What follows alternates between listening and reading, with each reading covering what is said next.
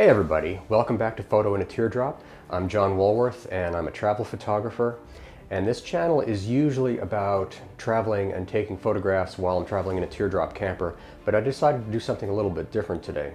See, in addition to traveling just in a teardrop camper, I'm involved with some things that allow me to go overseas a couple of times a year normally. I decided to start something new with this channel, talking about some of the gear that I travel with. When I go overseas, I have a lot more limitations on the kind of gear I can travel with just because of a weight perspective.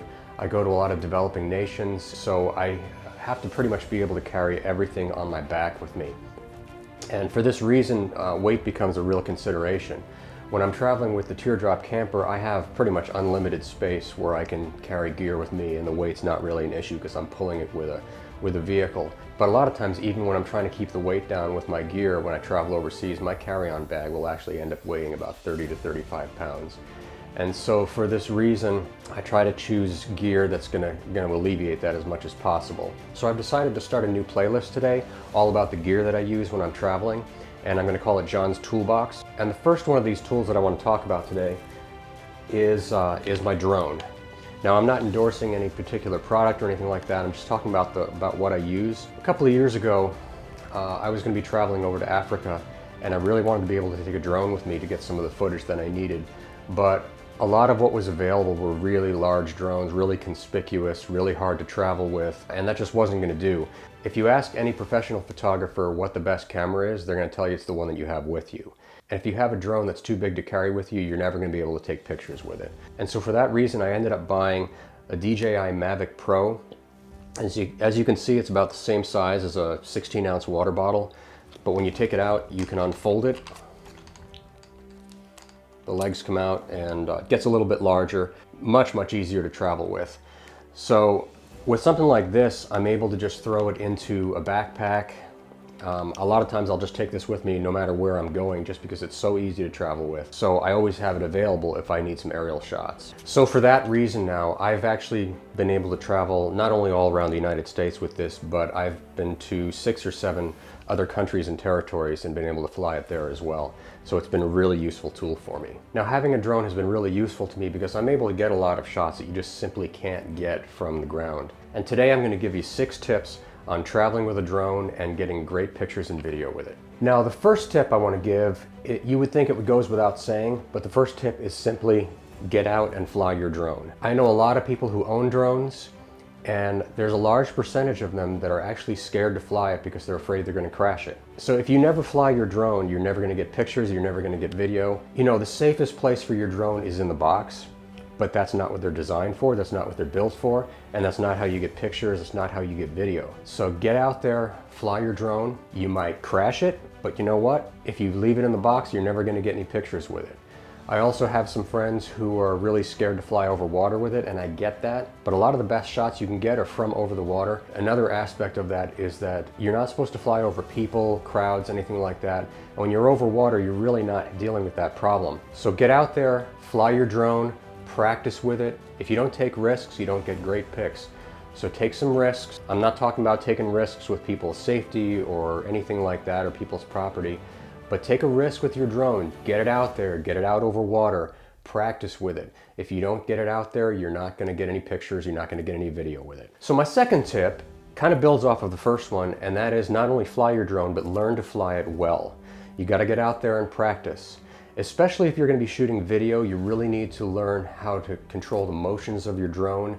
You need to be able to get smooth motions. I see a lot of drone video out there. A lot of it has that jerky, floaty look to it. A lot of quick movements, a lot of twitchy movements. And what you need to learn to do is fly your drone in good, smooth, sweeping cinematic motions. And that will take care of a lot of that droney look you get. Learn the limitations of your drone, learn what it can do, learn to fly that drone without using the obstacle avoidance system. By doing that, you're able to get video in places where you normally wouldn't be able to fly it, like for instance in dense forest. If you try to fly in a place like that with the obstacle avoidance system, the drone is just going to sit still. It won't know what to do. And every time it sees a tree, it will try to stop and get around it. But if you're able to turn that off and fly it skillfully, you're able to get some really good cinematic shots with that. All right, number 3. So number 3 is learn about composition, and I can't stress this one enough. I am not going to get into what makes a good composition because there are plenty of dedicated videos out there just to making good compositions and photographs. But having said that, it's especially important with drone photography for a few different reasons. With a regular camera, an SLR, or even a point and shoot camera, you have a zoom lens, you have some control over your depth of field by using your aperture. You just don't have those kind of tools with a drone, generally speaking. I know there are some out there now that have zoom, and there are some that have aperture control, but a lot of them still do not, including the one that I have right now. The camera on my drone is a fixed 28mm equivalent, which means I can't zoom in on it, I can't make it wider, and so it's really important to be able to make the composition correct the first time rather than having to go and try to change something later. And this is why composition is so important when you're shooting with a drone. Now, before I move on to tip number 4, if you're enjoying this, I ask you to give us a thumbs up and please subscribe to this channel. If you'd like to see more content like this, it really helps us to be able to produce more when you subscribe. And now on to tip number 4. Tip number 4 is where it gets just a little bit complicated. It builds off of tip number 3, talking about composition, and that is to understand about shutter speeds and how to change shutter speeds and why and when you want to change shutter speeds. This is especially important if you're shooting video. You want to be able to get that shutter speed down to about twice what your frame rate is. And the reason for that is because your eye has a natural motion blur to it when something goes by really quickly. You don't see individual images of something going by. You see kind of a blur as it goes by. And the natural tendency of your eye is to see things at about 1/60th, 1/50th to 1/60th of a second. You want to be able to shoot video at twice the frame rate that you're shooting at. So for instance, if you're shooting at 30 frames a second, you want to have the speed of your shutter at about 1/60th of a second. When you do this, your video gets just a little bit of motion blur and it looks more natural to the eye. If you shoot with too high a shutter speed, your eye starts to be able to pick up the individual frames within a video and it looks very jittery and very unnatural. And it makes for really bad video. If you're shooting still shots, it's another story. Normally you want to have as crisp a picture as possible, and so for that reason you want to have as fast a shutter speed as possible. So for instance, if I'm flying over a daylight scene and there's motion in the picture, if I want to freeze that motion, I should be shooting at maybe 1/1000th of a second, 1/2000th of a second, and in that way it will freeze the motion of whatever the subject in my picture is. Now the exception to that is if I want to do a time exposure, like for instance, if I want to be able to show the motion of cars in a picture or the motion of people. In that case, I will want to do a long exposure, and it will show, for instance, it will show trails of lights, it will show motion blur.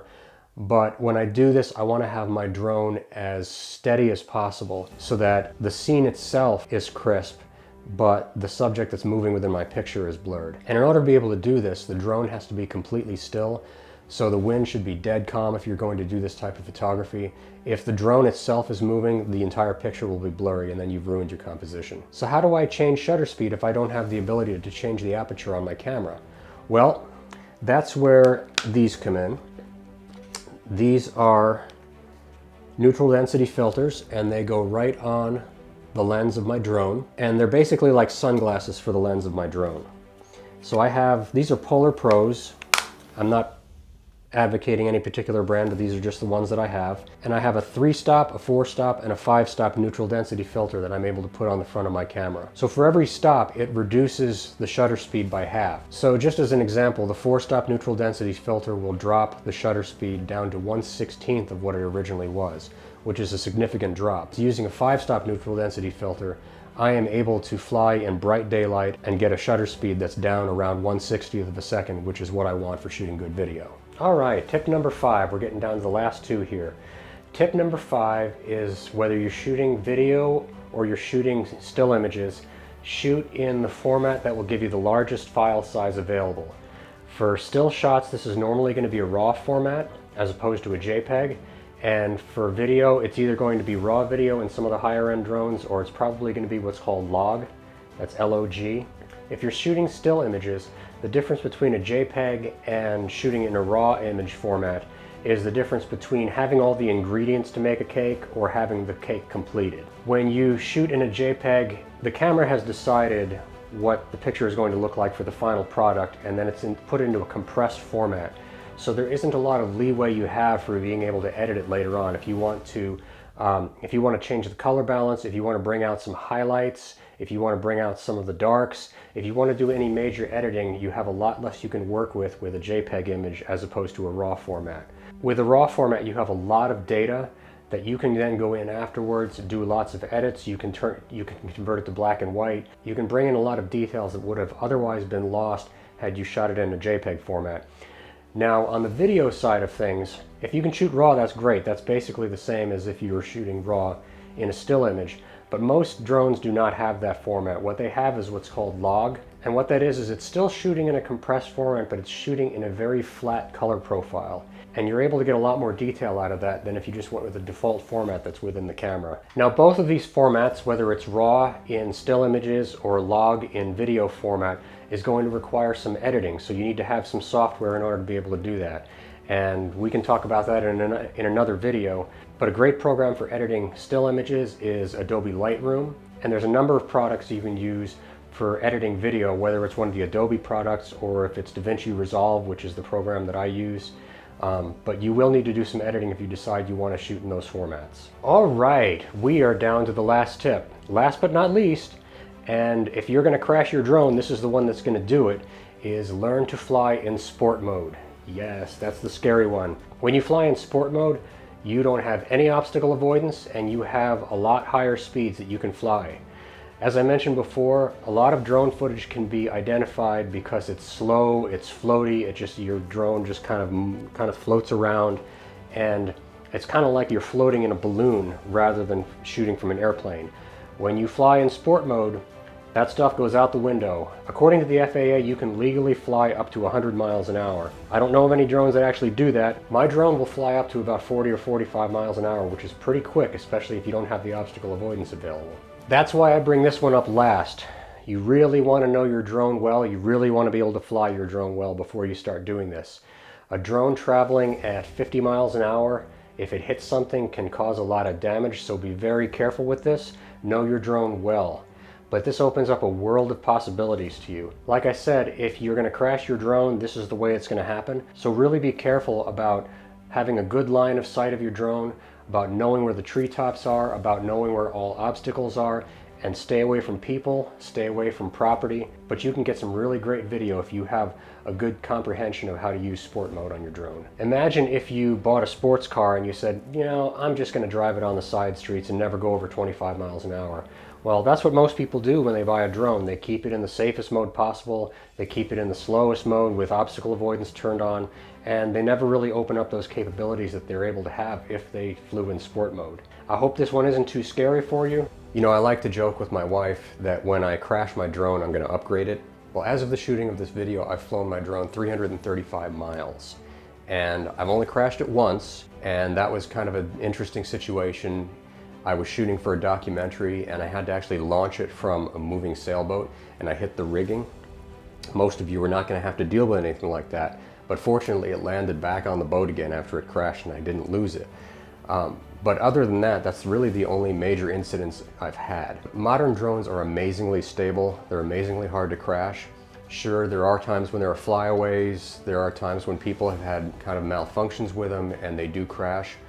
But more than likely, you're going to have just a great time with it. You're going to get great pictures. I debated about whether also to talk about going into foreign countries with the drone, about dealing with customs and things like that. I think that's probably a subject for another video entirely, but if you do want to hear about something like that, please note it in the comments below. And once again, please subscribe if you like this, give us a thumbs up, and we'll be talking to you next time. Thanks.